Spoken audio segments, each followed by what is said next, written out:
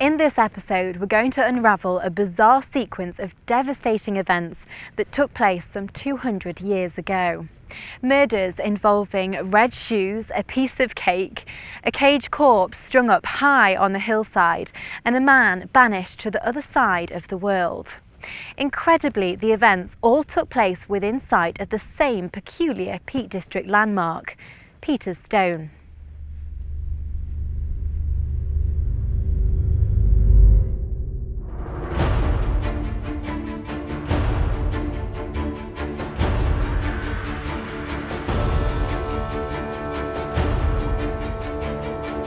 I'm Holly Nebel. In this series, I'm teaming up with my brother Tim, a local archivist, to investigate some of the more mysterious episodes of Peak District history.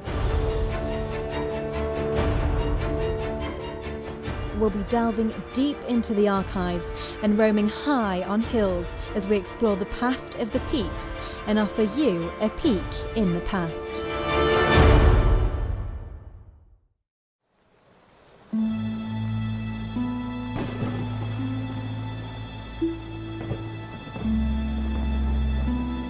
Art thou, my son, suspended here on high?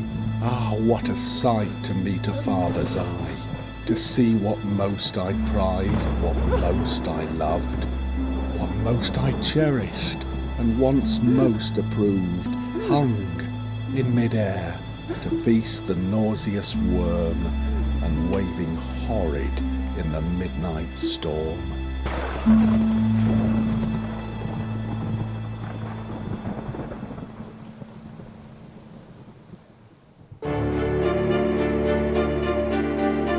Peter's Stone is a startling sight. It's located by the tiny hamlet of Wardlow Mires in the White Peak and looms at the head of a wild ravine at the northern end of Cressbrook Dale. The setting is both bleak and beautiful. It's a place shadowed with secrets where many people fear to tread. Thankfully, one of them is not historian Ian Morgan, who's written a book about some very ghastly goings-on around here some 2 centuries ago. The gentleman at the heart of our story is someone called Antony Lingard. What do you know about his early life? His really early life, very little. What we do know, however, as he grew up, the family that he was in grew in size. His parents probably struggled. So times were hard. Frequently he would probably go short, and that would give him an idea that he had to survive and survive on his wits. So as he grew older, he learnt how to look after himself. Whilst Holly's in Wardlow Mires, I've been following up some of Ian's historical research by delving into the archives, which has brought me here, the beautiful church of St John the Baptist, known as the Cathedral of the Peak, in the neighbouring village of Tideswell. This was the historic parish church which served local communities, such as Lingard's home village of Litton, centuries ago. Antony Lingard and his siblings were all baptised at this church. This is a page from the baptism registers in 1791. As the vicar, the Reverend Shuttleworth, baptised these babies, he could never have imagined that one of them would grow up to commit a despicable crime which would cast a long dark shadow over the community and which would ultimately help to change the laws of a nation. Antony Lingard was introduced to death from a very young age. The Tideswell burial registers record the deaths of many pauper children who worked and died at the notorious local cotton factory, Litton Mill.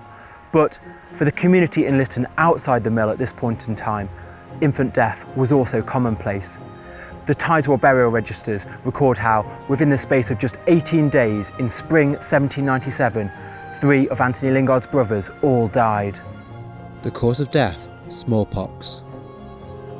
As 5-year-old Antony watched helplessly as his brothers died around him, little did he know how he too would also suffer a premature death. However, unlike his siblings, he would never be granted the dignity of a burial here in the parish churchyard.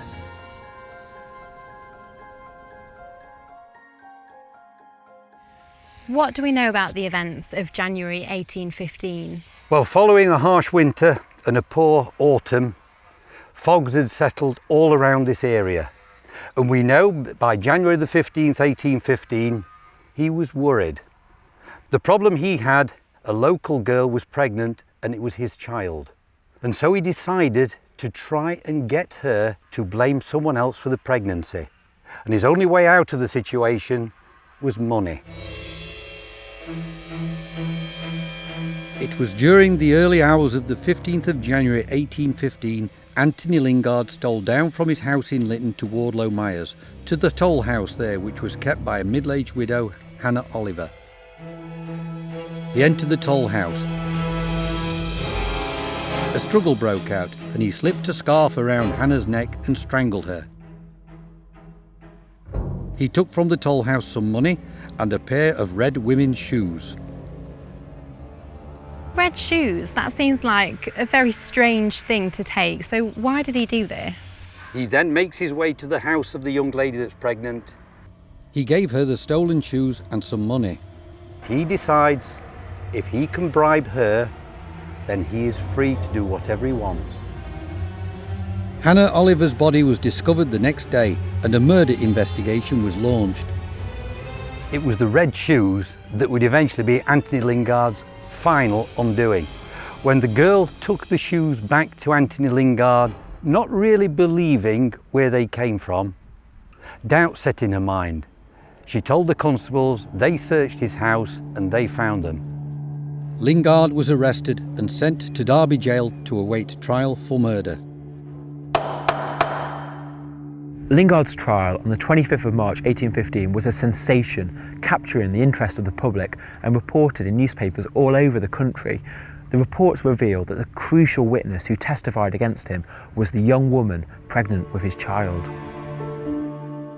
The evidence was given in such a very minute detail of corroborative and satisfactory proofs as to leave no doubt in the minds of everyone that the prisoner was the person who had committed the murder. The reports conclude with a description of how the judge, Sir John Bailey, donned his black cap and delivered the sentence.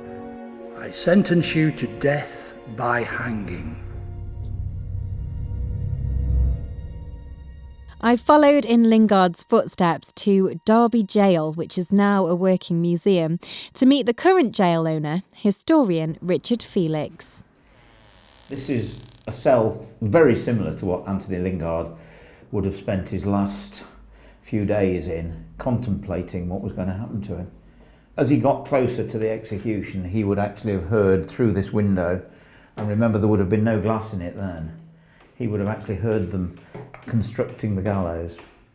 All executions in Great Britain were public until 1868, and all of the villagers from all around, from Castleton, from Litton, everywhere around there would all have travelled to Derby on the day of his execution. His family, his friends, anybody that knew anybody would travel here because it was a public day out. This report details Lingard's execution, and it includes a very peculiar detail at the end. At 12 o'clock, he was brought upon the drop in front of the county jail, and, after a short time occupied in prayer with the chaplain, he was launched into eternity. Before the judge left town, he directed that the body of Lingard should be hung in chains near the spot where the murder was committed. The usual practice at the time for an executed criminal would have been for the body to be dissected for medical science purposes. However, in this particular case, the judge took the more unusual step of ordering Lingard's body to be gibbeted. He would actually have been measured in this cell by the blacksmith, and that was known as his last suit. Your body would then be tarred, this is after death, to preserve it longer. It would then be transported, and remember, all the way from here back to Wardlow Mires. I mean, it's a good 40 odd miles. It cost a lot of money, and it would then, with great ceremony, with people coming to see, would be hoisted up 30 feet in the air and left there swinging in the breeze. And it was always near the scene of the murder. It was to be a deterrent. I wonder if there's anything left of Lingard that we could have a look at. Oh boy, yeah. I mean, I've actually got something to show you. I mean, this is original door for Derby Jail. It was painted and we had it dipped. And when we had it dipped, this graffiti came out of the door. 2 guys up there hanged in 1804. That's great, but that is the interesting one, because that is a gibbet post. And that's what Antony Lingard would be hung up 30 feet in the air on a gibbet post. Now, the only person we have at this period that was gibbeted here was Antony Lingard. And if you look at the side of it here, there's initials. That's most definitely an A. And what that is, I don't know. But it could well be an L. Is that his message to us before he was executed? I don't know. I can't prove it. I think Antony Lingard put that on there. And then another thing I've got, of course, is rather an old picture, but that is Antony Lingard's skull. Wow. That was actually found at Bellevue in a warehouse. So you can actually go and see this skull today? Oh yeah, not here unfortunately, but yeah, at Little Dean Jail, Antony Lingard's skull is there for everyone to go and have a look at.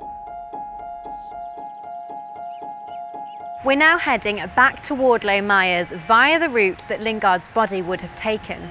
His body was escorted by armed soldiers and passed right through the Chatsworth estate here, the majestic home of the Duke of Devonshire. What must the Duke have thought?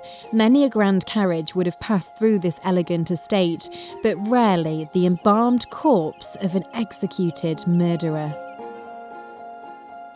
Lingard's body arrived back in Wardlow Mires on the night of the 31st of March 1815 and was placed in a barn overnight, reputed to be the one which still stands next door to the rather creepy-looking Three Stags Heads Inn by the toll house where Hannah Oliver was murdered. After lying in the barn overnight, the following morning Lingard's corpse was strung up on a gibbet post in a field across the road. Lingard's gibbet attracted much interest. Word of the grisly sight travelled fast. A huge crowd assembled and traders flocked here to cash in on the sightseeing. This desolate spot was transformed into a bustling, macabre marketplace. You wonder how Lingard's family reacted to this dreadful sight of the body of their loved one hanging over them, literally for all to see, dominating the skyline and the talk of the whole community. Now we have a rather unusual source which articulates the anguish Lingard's parents must have felt about the gibbeting of their son. William Newton, a local mill owner and poet who became known as the Minstrel of the Peak, was one of the locals who gazed in horror on the gibbet. He penned a poignant poem about Lingard's father being confronted with the terrible sight of his son's corpse. Newton's poem highlighted the revulsion rather than the macabre fascination of the act of gibbeting. It was widely published at the time and is credited with helping to fuel the campaign to abolish its practice. This is William Newton's grave in Tideswell churchyard, a fitting final resting place for the Minstrel of the Peak. We now know about Lingard's dreadful fate, but something I'm wondering is what happened to his pregnant lover and the unborn child he left behind. His lover was never mentioned on any of the trial reports, so it remains a bit of a mystery. We're on the outskirts of Litton here, which would have been Lingard's home village. Can we find anything more about his pregnant lover? Well, the Tideswell church registers might provide some clues as to her identity. So I've got here a page of baptisms in Tideswell in 1815, and we have down here on May the 30th, a Mary Hannah, illegitimate daughter of Grace Wager, a single woman of Litton. So this Grace Wager, she could very well have been the person who testified against Lingard. Yes, quite possibly. And this name as well, Mary Hannah, I do wonder whether the baby might have been named after the murdered toll house keeper, Hannah Oliver. Yeah, that would be a nice way to bring the sorry tale of Lingard to a close. So just a few months after Hannah Oliver was murdered, a new baby entering the world carrying forward her name.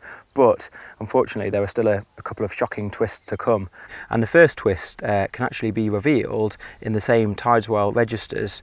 So just 3 years later, in 1818, Jane, daughter of Jane Grant of Litton, who was buried in September 1818, aged 21. And if you have a little look down here, there's an intriguing detail about just how she died, which is very unusual to find in a burial register. Poisoned willfully by arsenic by Hannah Bocking. Ah, okay, so here we have another murder. I'm hoping Ian Morgan will be able to shed further light on this mysterious second murder. Ian's offered to show me the crime scene, remarkably the very field where Lingard's corpse dangled overhead. Well, Hannah Bocking, she's 16 years old. Her friend, who she's actually walking with, is Jane Grant, who's 21 years old. They've both been given the task of walking down this path to let the cows out of the field. But on this particular day, Hannah gives Jane a present. It's a fine cake. Unbeknown to Jane though, that would be her nemesis, because the cake was laced with arsenic. So they were friends then, and obviously lacing a cake with arsenic is quite a cunning way to kill someone. What was the motive here? It's jealousy, pure jealousy. 16-year-old Hannah, well, she'd just lost her job, actually working for her own stepfather, the Brammer family. Her temperament was so bad, she was dismissed. Who takes over the same position that she's just left? Jane Grant. It was just pure jealousy, nothing else. Would Jane Grant have just dropped dead after eating the cake then? Would it have happened in this field? Not in this case, because the amount of arsenic was just the right amount. Too much arsenic, you don't actually ingest it before you vomit it out.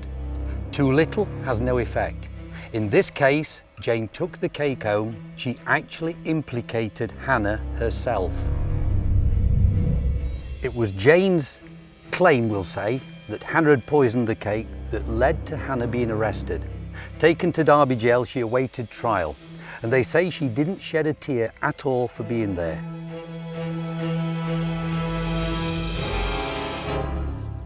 Holly's returned to Derby jail, whilst I've remained in Litton looking for local newspaper reports about Hannah's trial back in March 1819.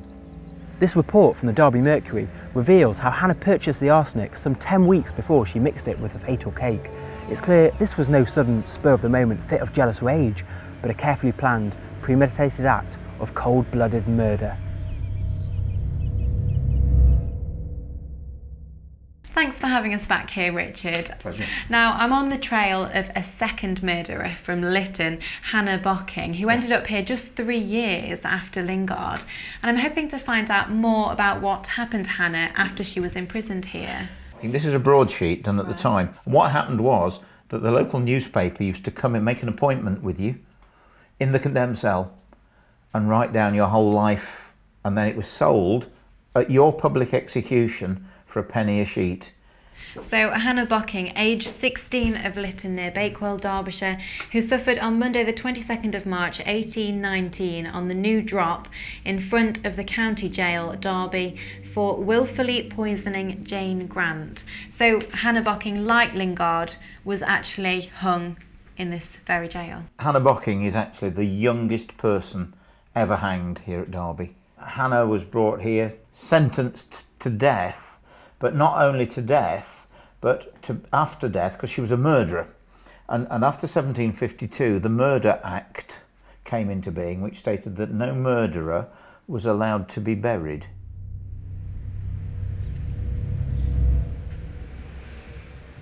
I've got here another newspaper report, this time describing Hannah's execution. It relates how it had been over 60 years since a female had been executed in Derby.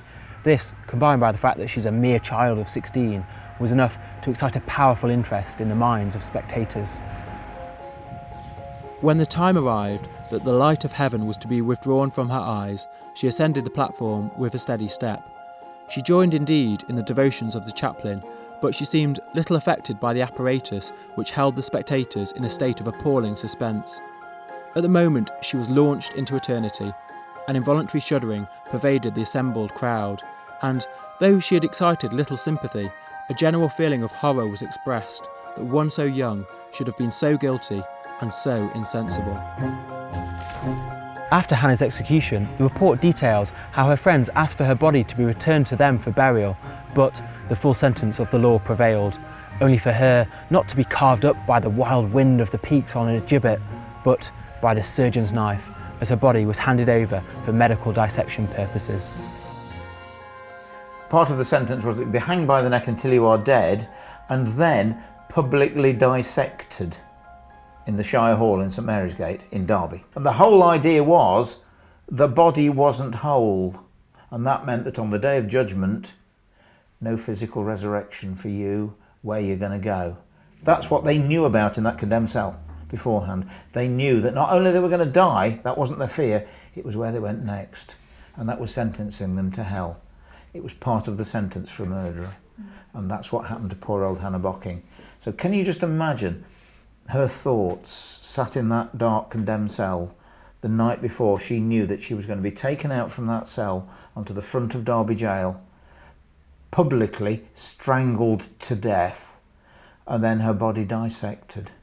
And the fear was hell, 10,000 degrees centigrade for eternity. Not good.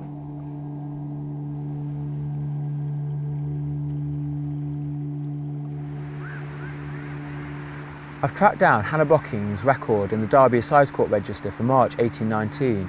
It records her conviction here for murder, and her sentence is death, with a later amendment confirming how she's been executed.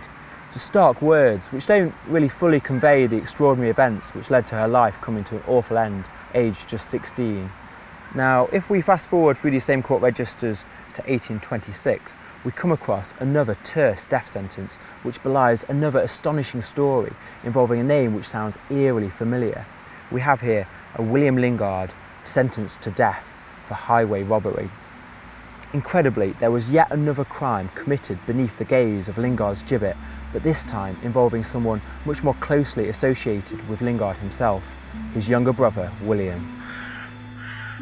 William Lingard worked as a weaver, and in 1825 his wife Anne had recently given birth to a daughter, so he had the pressure of an extra mouth to feed. On 30th of July 1825, along with an accomplice, William Bennett, he robbed a local butcher who was returning from a market held in Litton. This crime was also carried out by the very spot where the rotting remains of William's brother hung in chains. William's death sentence was later commuted to transportation for life to Australia. We're able to access fascinating convict records from Australia which show how William became an incorrigible offender on the other side of the world. His convict record is a catalogue of misdemeanours.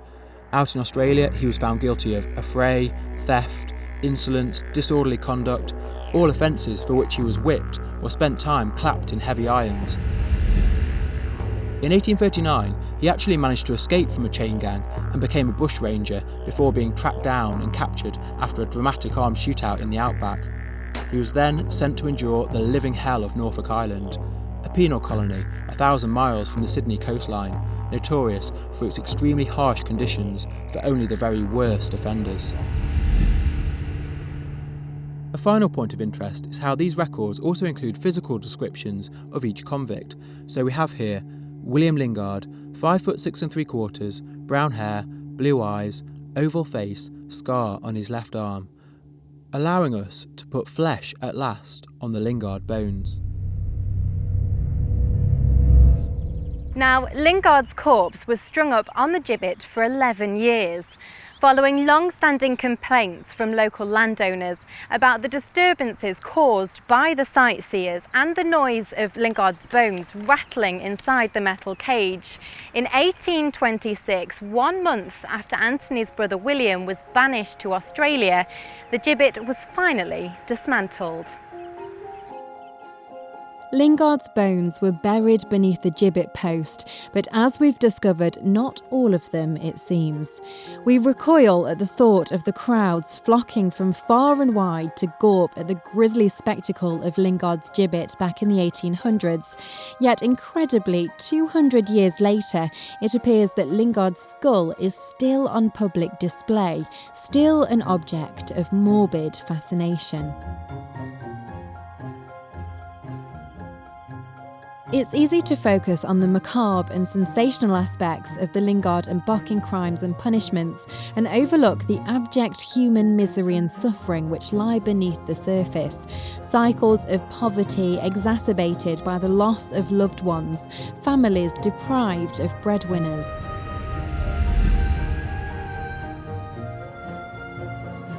Now, Tim's uncovered some records which highlight the harsh reality of the human costs of the events we've examined.